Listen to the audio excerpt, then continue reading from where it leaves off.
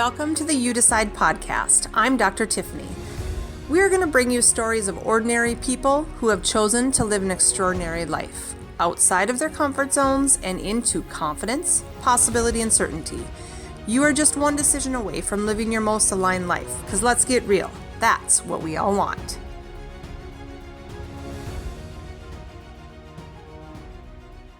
So today we have Brandi MacDonald. Brandi is one of the most intelligent, wise, and connected people I know. I've known of her for my whole time in practice, 14 years, and I saw her from the stage. I didn't ever know her until about 2 years ago. She's a voice of possibility, of life, and hope in the world. Healing from trauma, chronic illness, abuse, cancer. Brandi learned she was choosing this life, so that initiated her journey of true healing from the inside. Getting real, letting go of the masks, and choosing to forego the safety, numbness, and the disconnect for what was to come. And boy, does this girl live with purpose. She's intentional, she's compassionate, and she will do whatever it takes to get chiropractic into households. Chiropractic in the most pure, vital life kind of way. Your hand might get tired taking notes, but please remember to hear the message. Don't just take notes and cover it back up. This is for you, not for those you think could benefit. Be on the journey to be your best and know that you deserve it. Here's Brandi. Hey crew, Dr. Tiffany again with the You Decide podcast. Today we have Brandi MacDonald. So as I just told you, for this group, I met Brandi. Well, I've been following you in chiropractic for 14 years, but officially met you 4 years ago at Epic, right? 3? Oh, probably more than that. Probably 4 or 5 years ago. Was it 4 or 5 years ago? Okay. And I don't know if you and Don also realize, you've been in the profession for a long time, that when people probably meet you, they might not tell you this, that it's kind of like one of their heroes. No, I know. Be humble for a minute. Because it's all about being able to see and feel the energy real versus behind the screen, right? How many times do we talk about just being able to know people, know what they went through, where they are, how you guys are working in chiropractic and in your life is one that isn't always in front of everybody. So that's what we're going to dig in today. We're going to talk about where you came from, the obstacles that you overcame. You have a book, you are active on Facebook, you've talked about a ton of these, but these listeners may not follow you if they're not in chiropractic. And so as much as we will bring chiropractic into this because it's the essence of who we are also, I want to talk about like the real life stuff that we go through in a day-to-day life. And as a female chiropractor, I can speak about your work and what you've done and how one of your mantras is how you do one thing, you do everything, right? It's if you do one thing this way, that is how you do life. So being aware of those patterns, those beliefs, those actions will then allow you to make different patterns, beliefs, and actions. When I was thinking about what we're going to talk about, I had 15 topics, Brandi, I'm not lying. 15. So I pulled my pendulum out and I'm like, okay, where are we going to start? So I pulled out your book. For anybody who doesn't have it, it's Sipping Brandi, Facebook Wisdom for Extraordinary Chiropractors and Teams. And I turned it to page 84, and I'm going to read this out loud. And then we can talk about what this means, not necessarily in chiropractic, but just as where you came from and what you've seen. So cool. It's incredible to acknowledge the masks we wear to the world. Everyone I work with is presenting a persona to the world. We all have one. That persona is designed to protect us from pain. It's designed to compete, compare, lie, bully, be jealous, show aggression, and be egocentric. It also garners results. The challenge is when we wear those masks, we achieve things, we seek stuff, and we check off our success lists and brag about them. We think we can't achieve anything without them. The problem is when we take off the mask at home and look into the mirror, into our kids' eyes, into our partner's eyes, The real you shows and it falls apart. It's not as pretty as the mask. In fact, in many cases, it's damn scary and destructive. Yet everyone thinks we can live in both. We can live a lie throughout the day and it doesn't impact us elsewhere. Well, it does. We're not made up of silos. Our brain and our heart can't work independently of one another. Can we numb and distract? Yes, but that doesn't mean we're separating. We're merely distracting. At a certain age or after a trauma, that mask gets ripped off our faces. Some wake up, others do not.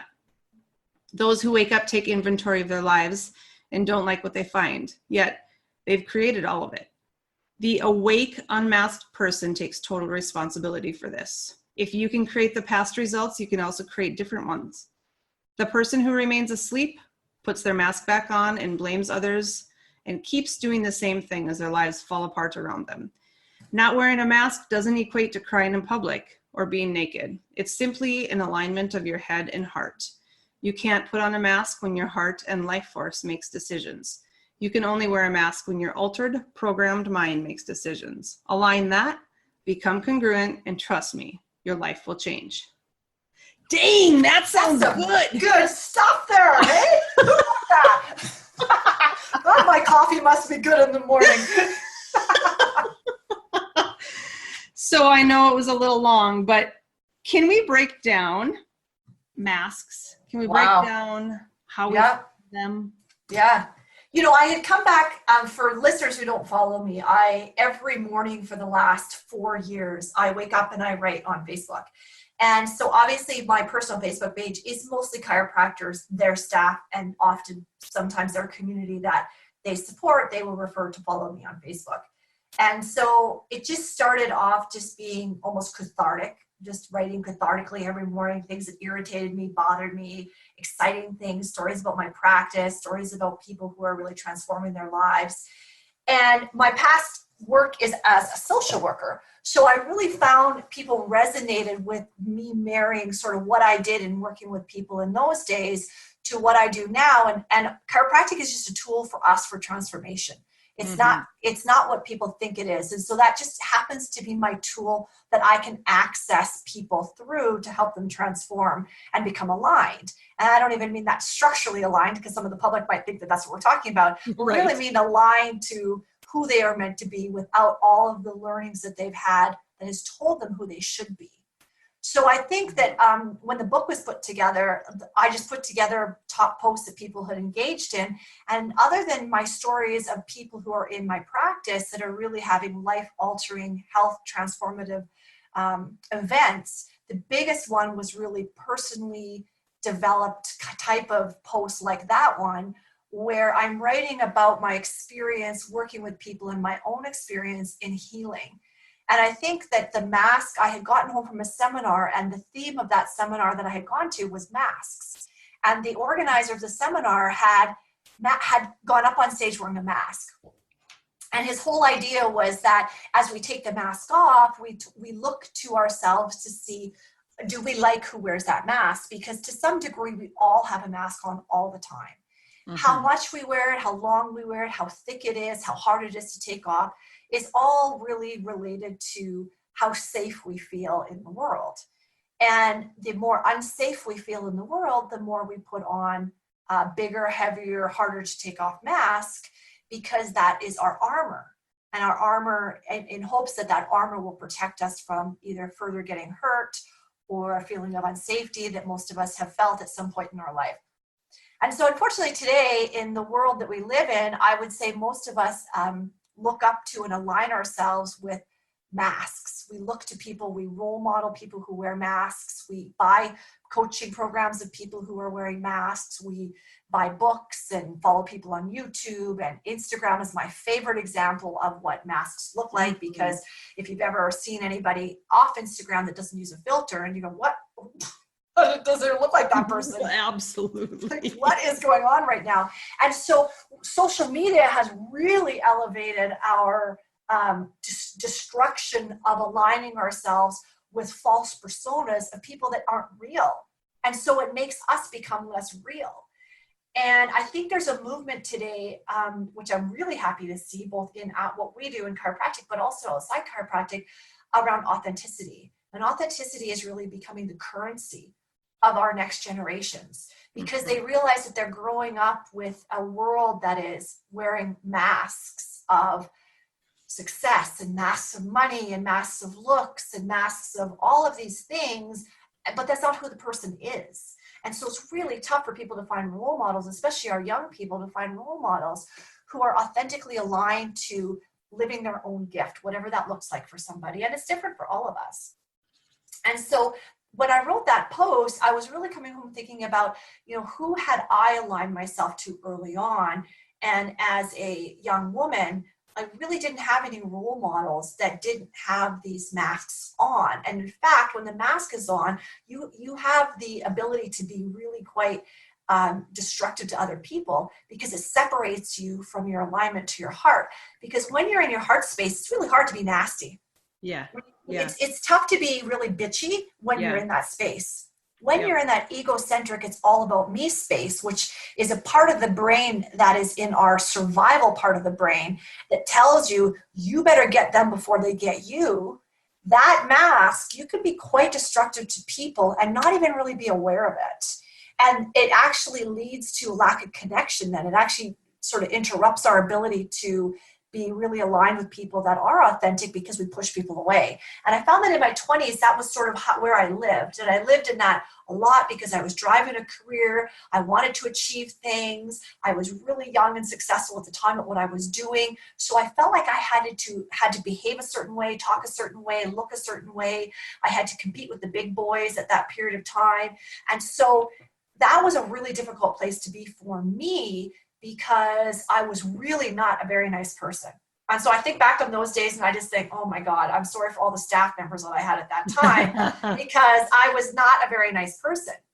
And over the next 15 years after that, it would take a long time for me to understand what it would take for me to take off the mask, because that mask got me stuff. Just like I said, it got me stuff. It got me a very successful career, got me a husband, it got me another business, it got me a certain way of looking. So from that perspective, if you're going to be seeking, I got all that stuff. I'm doing pretty good. Mm-hmm. The problem is that misalignment between that person or that persona and really who you are underneath all of that. The bigger that misalignment is, the sicker and more diseased your soul is. And obviously your body starts to become sick and diseased, because you can't have a sick and diseased soul without a sick and diseased body.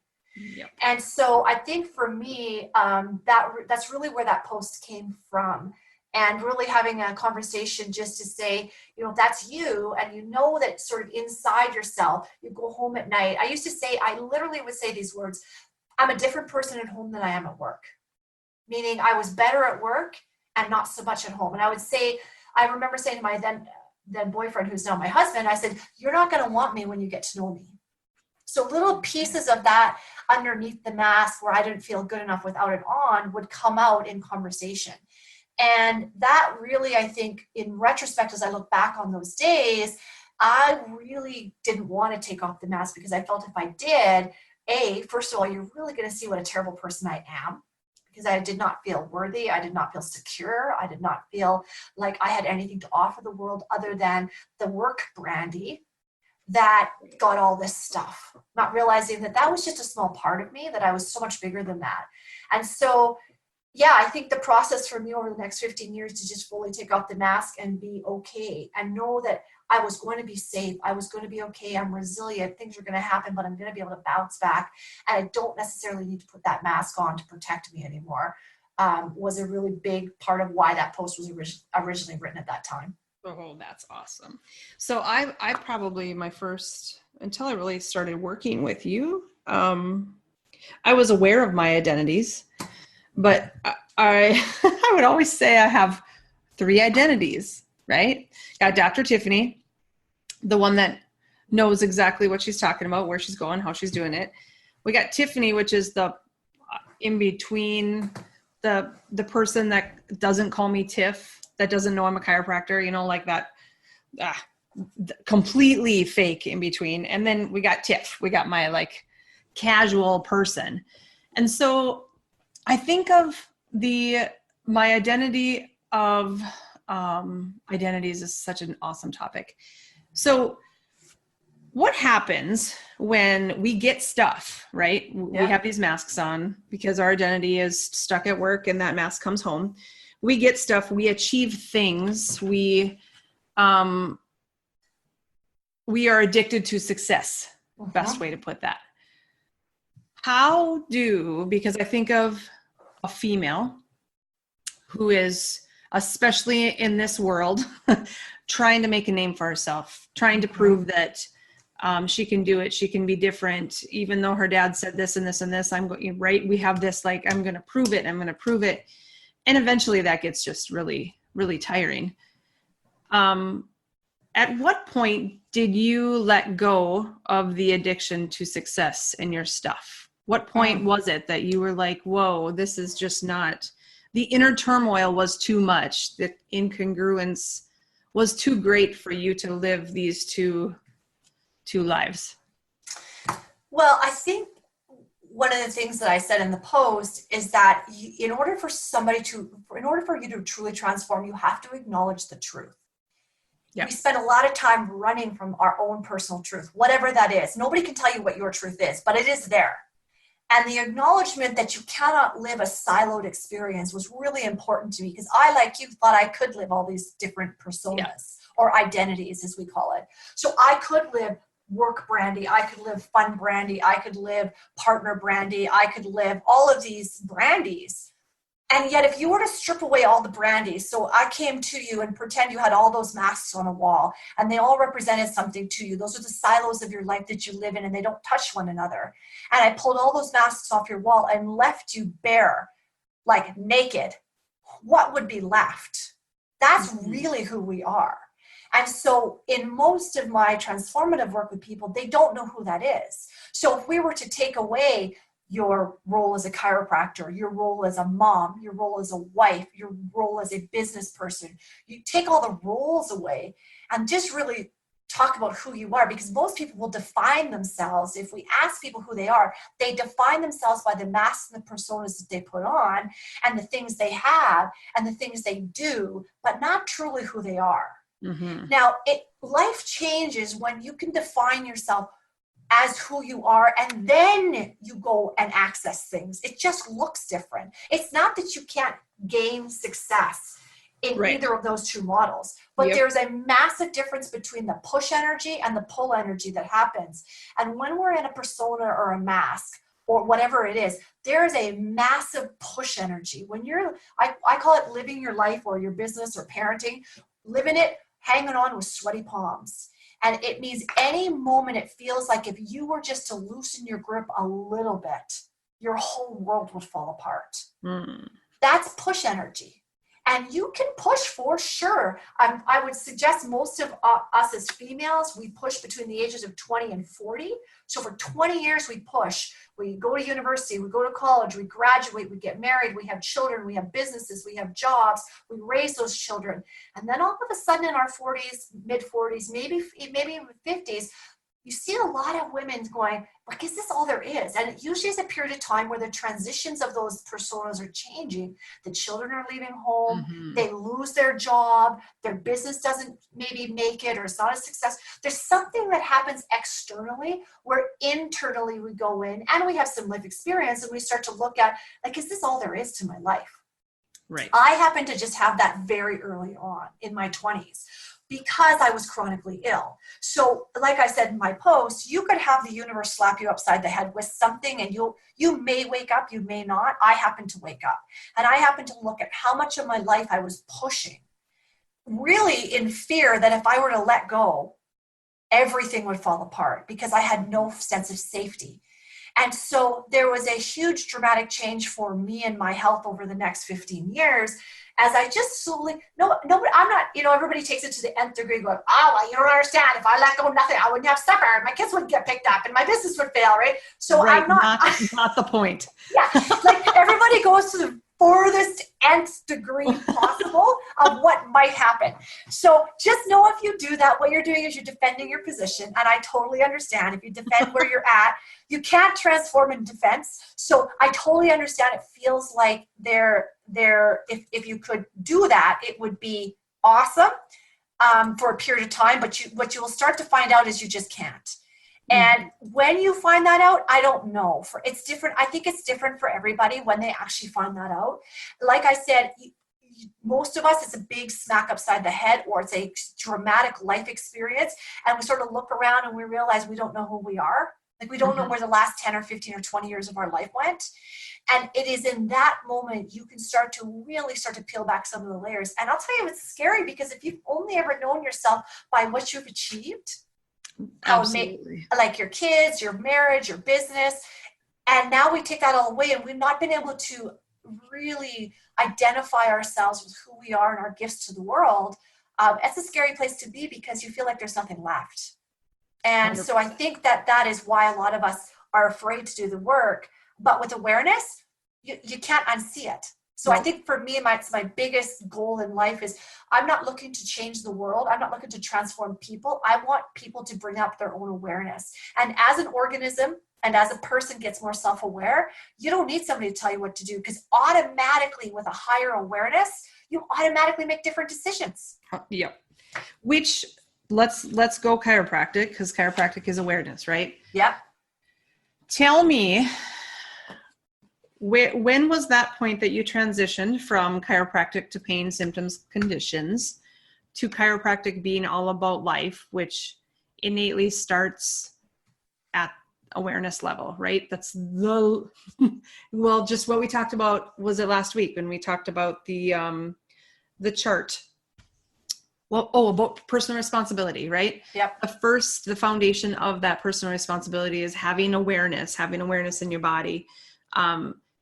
Can you talk about the adjustment, about reducing the fight or flight load, bringing that system back into ease, and what that has to do with this, what that has to do with awareness, masks, identities, and being good enough to know that you can take that off and you're still loved as you? Well, I think on the really basic level of what we do in chiropractic, in particular in the model that we live and practice in, is we also acknowledge that if somebody is not physically well, you cannot do this work. So on the very lowest level of the healing spectrum, you have to be physically well enough or strong enough to even begin to do the work. Because what happens over a period of time, particularly with chronic disease, it is basically like boiling a toad in warm water. It happens so slowly, but meanwhile the system is just slowly shutting down the awareness so that you can continue to live and make decisions and have families and have businesses. And so the nervous system is meant to keep us alive first and foremost, and it's self-sacrificial. So over time, what happens is it sacrifices itself so that you can keep being upright in gravity and moving through life. Yeah. So I would contend that most of the people that we work with at the very lowest level have to physically heal first. I also did. I was chronically ill in my 20s. I've been chronically ill as a kid my whole life. There is no way at 25, if you told me this, I would have even had the energy to do this kind of work. The level of calibration and resonance, and I mean that from an energetic perspective, not a woo-woo energetic perspective, but like an energetics perspective in the body, that it takes for you to be consistently aware of your actions. You have to be well and you have to be strong. And so anybody that's been chronically ill knows you're not. So first and foremost, from chiropractic's perspective, I think what we do at the lowest level of healing is really help people along a physical healing spectrum so that they can at least, it buys them some time where that energy can start to become reintegrated to different areas that it has sacrificed itself from. It starts to put the energy back to our immune system, starts to put it back to our digestion, starts to put it back to our sleep. All of these patterns of sort of really important health promotion behaviors that we need that have been lost because, again, the nervous system has sacrificed those so that you can keep going. Unfortunately, with that sacrifice has come a lack of awareness in the physiology. And that lack of awareness is created when the brain becomes so patterned and distorted, it can't tell where you're supposed to be in gravity anymore. So you see people starting to lose the fight with gravity. It can't tell where you should be in relationship to other things. You start banging into things. You can't remember. It shuts down your executive functioning in your brain. So the thing that makes us human, which is called the frontal lobe, and the frontal lobe is what mammals don't have. So if your dog wants to go bite something, they're just going to bite it. They don't think to themselves, wonder if I should bite this. Is that a good thing? Is that a bad thing? Now, when we become adults, we go, I'd like to bite Tiffany because she's making me mad, but I won't because my frontal lobe tells me not to. Kids don't have it either. So as adults, we have that, but it will dial that down because it doesn't need those decisions when the brain is assuming it's going to die any minute. And so it's going to be pattern that message to the physiology and now starts to take energy from all of those big centers. And all of a sudden we have somebody walking into our office that is chronically ill and is shocked because it's like putting that toad in a cold water and slowly turning up the temperature. So first, after we physically start to heal, we need to start looking at our own awareness of what is going on. Our brain is perceiving stimulus every millisecond of our lives. So it's just bombarding us with information. And you're not even, most of us are not aware of that. We take it for granted that our brain is just getting that information and doing what is right and with it. Mm-hmm. That's true up until the brain is distorted because we've lived with those masks on for so long. Those masks are protective. Anytime we're in a protective stance, whether that's physiological stance or neurological stance, it means something has happened. We have put up a barrier. It is stored as a memory in the physiology, and pretty soon it starts to break down the structure of the body. Mm-hmm. That's the way that breakdown starts to occur. And so as we start to build our own awareness of that, we start to actually heighten our awareness of our physiology. So now as things that used to be tolerable to us aren't tolerable to us anymore. So things that we never felt before, we start to feel. Now that kind of sucks, especially if we have spent our entire life with our numb masks on. And our numb masks are we will distract, drug, run away from, do whatever it takes so that we don't feel pain. But pain is a massive, beautiful emotion in the brain that allows us to make a different decision to get us out of an environment so that we can make different decisions from then on out. So if we seek to avoid that our whole life, and now we start to feel that, we're like, I'm unfamiliar with this feeling. I don't like it. Mm-hmm. But to bring the awareness to the fact that that is actually a good thing, that is actually an increased awareness the nervous system has of the physiology is a beautiful thing. Because now what happens is we can start to turn the temperature down on the pot where the frogs are about to die. And as we turn the temperature down, the frogs start to realize, damn, this water's hot. Where had we not been able to do that, the water gets hotter and hotter and hotter and boils the frogs to death, and they don't realize it. So what chiropractic really does is it puts an input into the system that is, I call it like Control-Alt-Delete to the brain. So imagine this computer system, all the programs are open, it's slow, it's not efficient, there's viruses in it, and we Control-Alt-Delete that. And we Control-Alt-Delete that the minute that somebody receives a chiropractic adjustment. And then over time, as we keep shutting down those programs, the system gets faster, it gets more efficient, the program becomes more self-aware, it remembers things. You can see the analogy, and that's why long-term chiropractic care matters. And as we start to see people move through this process in chiropractic, they do start to go, wait a second, how did I get myself here? Mm-hmm. And whatever got me here is not going to get me there. And now we see people having the energy and the awareness to really want to make some transformational life changes, which is really where the work starts. It didn't start all the way. You might think it started before. It really starts there. Yeah. Yeah. That's the longest answer ever to your question. Oh my God. I was like, God, usually you're going to be doing this to me. Like, get her done. Totally. I need a little buzzer timer here. Yeah, I'm out of time. Recording is over. Your listeners can't see you like cutting me off at the throat and everything. Okay, so super fascinating because we're in the Midwest. In the Midwest, don't fix what's not broken. Yeah.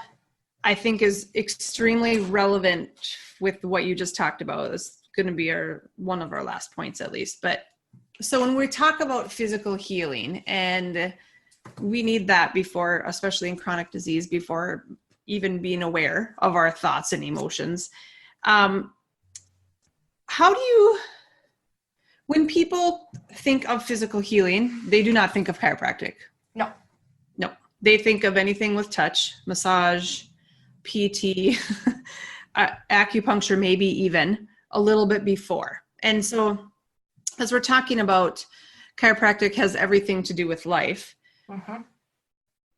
How do you talk to those people that the foundation of this is the chiropractic adjustment to dial down the system, to allow awareness to then continue growth. I had this gal many years ago, bipolar for 40 years of her life on high dose of multiple medications. Okay, we've seen this how many times? And extremely unwell. So 2 weeks into her adjustments, she starts having more feelings, right? We call this taking the mask off. She's not numb anymore. And she said, these feelings weren't bad, but I've never had to figure out how to adapt to them. So I now am loaded on meds, and I feel happiness weirdly, and I feel sadness scarily for her. Is that a word? Scarily. So as we start taking the masks off, in her case, so many things, because she was numbed via medications and experiences and family and completely protected in armor, to take that away is super scary. To start to feel is super scary. To not be numb and protected and hidden is super scary. So what stays in the dark doesn't heal, as we know. When we start to bring things to light, it starts to heal. Why is getting adjusted the most important part before any other type of healing? To get that physical, to get your brain to start to fire, right? Well, I think, number one, back to what you said about the Midwest. I've been to 13 countries over the last 10 years, specifically teaching chiropractic. And I promise you this, Midwest, it ain't just the Midwest. So we live in a system that's broken with its belief around what health is and where it comes from. Yes, a system, not a region. Yeah, it's a pathology of the human condition that we have learned over centuries, that when a symptom shows up, there's a problem, and don't touch what's not broken, because we've not been able to identify what broken is.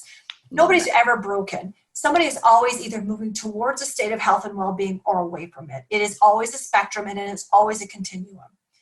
How they move that way matters on tons of different health behaviors, tons of things that we do, tons of things that we think about, obviously. So that spectrum is really important, because first of all, it gives back for all of you listening, it gives you what is within what I call your locus of control. You can take control of this at any time. Yes, it's frustrating. Yes, it's scary. Trust me.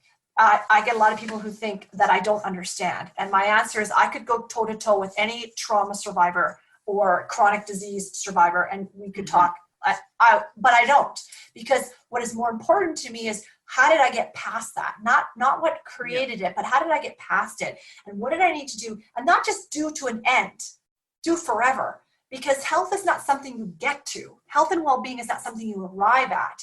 It is a minute by minute, day to day, week by week decision that's within your control, because there's so many things we don't control that are going to interrupt our ability to stay healthy, that you better do all the things you should be able to do that's within your control. So I want to just talk about that first. That is really not necessarily your place that you live. The second thing is that, as far as chiropractic being the primary source, the best way I can describe chiropractic, or why I think it's so important, is that it is the only profession that has an expertise, and particularly an expertise if you see the type of chiropractic that we practice in, because there are two models of chiropractic. So the model that we live in really not just acknowledges, but has an expertise in the system that keeps us alive, which is called the nervous system. And that brain that lives in a skull, if you were to chop that off from your spine, I'd like to know how well you think you'd function. So you cannot separate the ability of the spine to move to the ability of the brain to be able to navigate your life. So often what I'll say to people that come into our office is, I'll say, what separates you from the person next to you? You all have two eyes, you have a mouth, you have arms and legs, you have a body, you have ears. So we look the same somewhat, but what separates us is every experience from before you could remember has been downloaded into your nervous system and created this patterning in the brain, and you showed up as the person you think you are. That's basically what separates me from you. And now we have developed personalities and personas and identities. That is all stored in the nervous system, all of it. The most severe example I have of that is if you are a trauma survivor or you work with veterans, if you know what PTSD is, which is post-traumatic stress syndrome, when somebody is exposed to a traumatic event, it is stored in their physiology. And therefore, it takes a trigger. They don't even have to be in the event anymore. And the body will launch the same response as if they were there. It is that real. That is what panic attacks are. So we can't accept that level of understanding and not accept that our entire life is stored in that system, not just traumatic events, everything.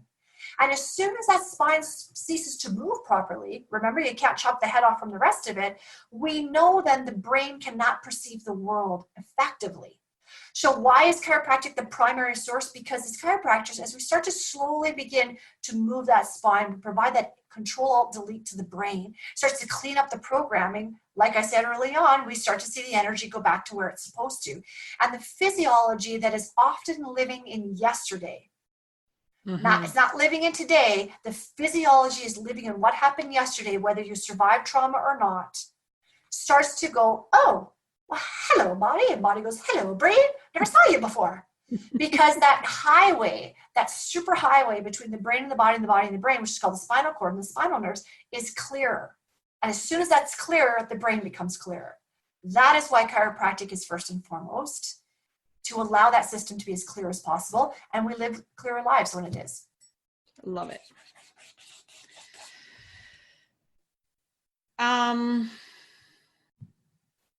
People just got an anatomy lesson. Yeah. I love it. Which is funny because I often say to many of our people who have not been under care before, I just say, I want you to think back to grade 12. So I'm in Canada, and in grade 12, we dissected a fetal pig. So I remember when I first learned about chiropractic 20 plus years ago, I likened, in the moment of hearing it, I likened back to that lab in grade 12 biology where we dissected that pig, and our exam was on some of those spinal nerves that went to end organs. So this is not rocket science. No. It's just we've not done it. We've done a terrible job, us in chiropractic, of educating people on the really simplicity of what is just basic science. And what normal is and whole is in a human. And that we really have this ability for people as they physically heal, for them to start to look at their lives and make some different decisions because their awareness improves. And as your awareness improves, like I said, you just make different decisions. It's just the way it works. We kids are not required to take anatomy anymore. How about that? That's unfortunate. Wow. Many years, actually. I mean, in the States or in the Midwest. And most of the time they don't, unless they're bio major, they don't take it in college. Wow. So I ask a question a lot of times, what organ controls everything? And the majority of people say heart. Interesting. Yep. So what good question. Just chop your head off and let's see how the heart works. Absolutely. So and that's exactly what I say. So even if you haven't dissected a fetal pig, if you chop your head off, it doesn't work well. So the next question is, you put your head back on, how do you suppose the brain runs the heart or the cardiovascular system? And so there's a level of basic common sense, I think, that I really believe that most people, underneath what we've been told or learned, that we really do know. Even kids. I actually find kids usually find I think kids actually know it better than adults. They do. When I ask them what controls things, they say the head, brain, way more than any adult will. Until you can put it into real life, right? And it gives them so much perspective on how many of those people are struggling with chronic illness, whether it's mood, anxiety, depression, or heart. Like those are the top chronic disease, chronic pain, Now they understand, though, when they go to that cardiologist, when they go to that neurologist, what the foundation is here, where we need to start before your ticker can start to work well. You have to address your physical health and your emotional health closely after, as we know. What we feel settles into our nervous system and settles into all of our end organs also. So yeah, and you really can't separate the two. And here's a little higher level of knowledge than anatomy, is that the ability for us to feel pain in the body is actually felt in something called the limbic system of the brain. And the limbic system of the brain is the same part of the brain that feels emotions. So pain is actually an emotion. And so how to think about this is, if, say, you have let's make up sciatica. This seems to be people's favorite thing, a sciatica problem. And let's pretend you're a 35-year-old with sciatica. Now, don't get me wrong. This doesn't mean you don't feel it. Okay, you absolutely feel this. Yeah. And it's not to suggest that pain doesn't exist, because it absolutely does. But if I take a 35-year-old with sciatica, male, and line up 35 other 35-year-olds with sciatica, male, the question is, how many answers around how that is being experienced in their body will we get? Mm-hmm. And it's 35. Because it's such a subjective response within the body, that is a very difficult indication for any of us to really treat or fix or cure, because we really don't know what's actually going on. Mm-hmm. The other example is that something called phantom limb syndrome. If somebody loses a limb, why then do they feel that pain as absolutely real, as if they still had the limb? Because pain is not occurring in the part of the body you think it's occurring in. It's happening in your brain. Exactly. And so in my past work with chronic pain, when I was a social worker, one of the things that we would take people through, unfortunately I didn't know about chiropractic, but one of the things we would take people through is a process where we got them to reframe the experiences of their life, to go back and just reframe what had happened to them, because we found that if we could not separate emotional pain from physical pain, particularly in the chronic pain pattern. Mm-hmm. So not that you fell off a roof, got hit by a car. I'm talking about people who have chronic unexplained pain. And that patterning within the human body had to be broken. So it's a cyclical pattern from the brain to the body, body to brain. It just never stops. It lights up the brain like a Christmas tree, because it's so exciting for the brain to be in that excitatory, woo, all these hormones, that it's really difficult to break that pain pattern. But we found if we could find people and we could reframe their past experiences that were traumatic, sad, upsetting, stressful, that they would actually dial back the pain response in the body, because you cannot separate the two. They are intimately connected, which is why I believe as people physically start to feel better, they emotionally also want to do some work, because the two are so tied together. Absolutely. One of my, probably in the last 6 months, one of my hashtags, just like your hashtag is We Are the Answer, one of my hashtags is Brilliant, Not Broken. Oh, I love it. As we've been hiring right now, one of my interview questions is, what did you pick from our website that spoke to you the most, right? That inspired you the most, that makes you think a little bit differently? And every one of them was, number one, there's hope. You're not genetically defined to be this way. And you are responsible and brilliant. Like, you're not broken. I love it. When I had the group interview, just about every single person feels like they are broken. Mm-hmm. Wow. Mm-hmm. Now that's also a population of people who are geared and interested a little bit more in what we do. So imagine the rest of the population that truly believes that we are broken, not brilliant, that our body does not have the ability to heal, that does not have, our mission, right? How do we reach more people?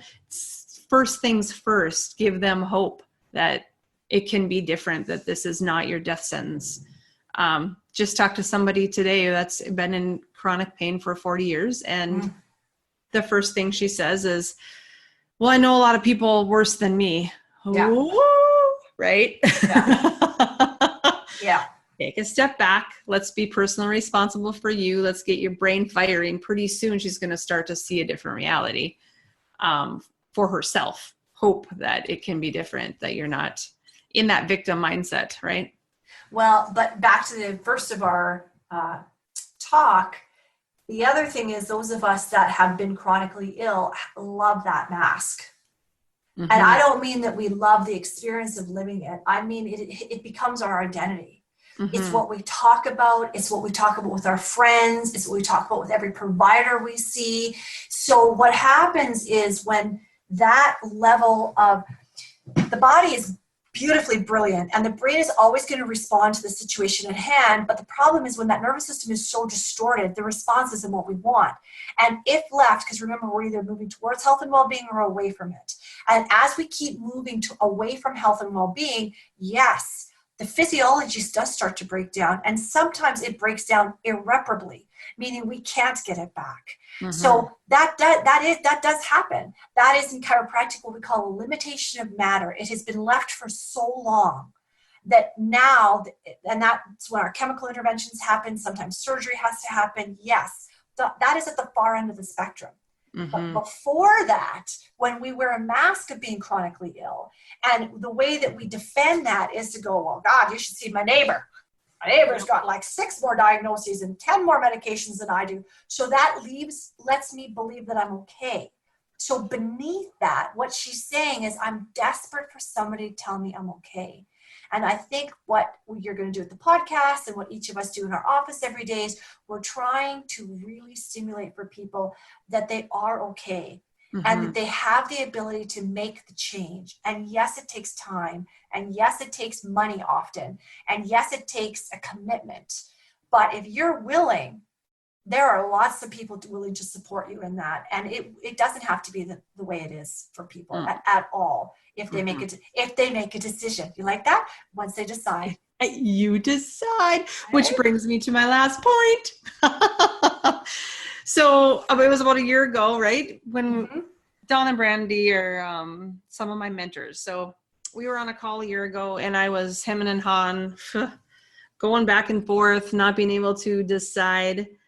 And finally, Brandi looks at me and she's like, you decide, Tiff.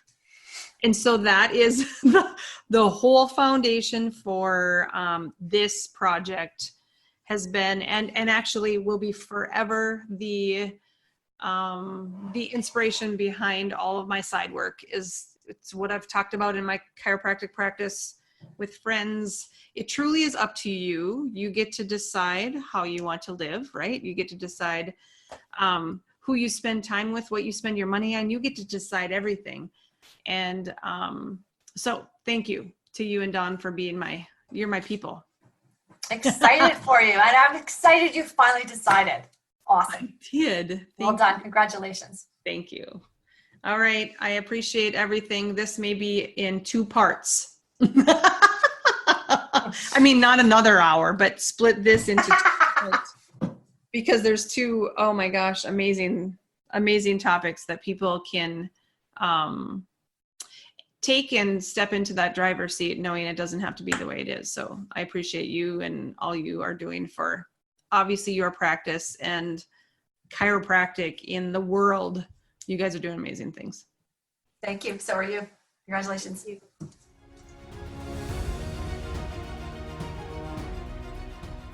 Brandi, what a spark plug and catalyst to challenge our belief systems and to know the importance of healing our past. What we bring to light can heal. And like she said, find your truth, the naked truth. You can find Brandi's book, Sipping Brandi, on Amazon, and a list of her chiropractic seminars at trueconceptsseminars.com. She and Dawn have a few powerful programs for chiropractors looking to practice in a life model called the Vitality Shift and Vitality Engine. Get on the waiting list for the shift. This is powerful stuff. Find her, follow her, and be part of the movement. We are the answer. Thank you so much for listening and being willing to go all in. Ditch the excuses and the comfort zones and make a decision that nothing can stop you. You can find the show notes below, and I'd love for you to share, subscribe, and rate this podcast, but only if you love it.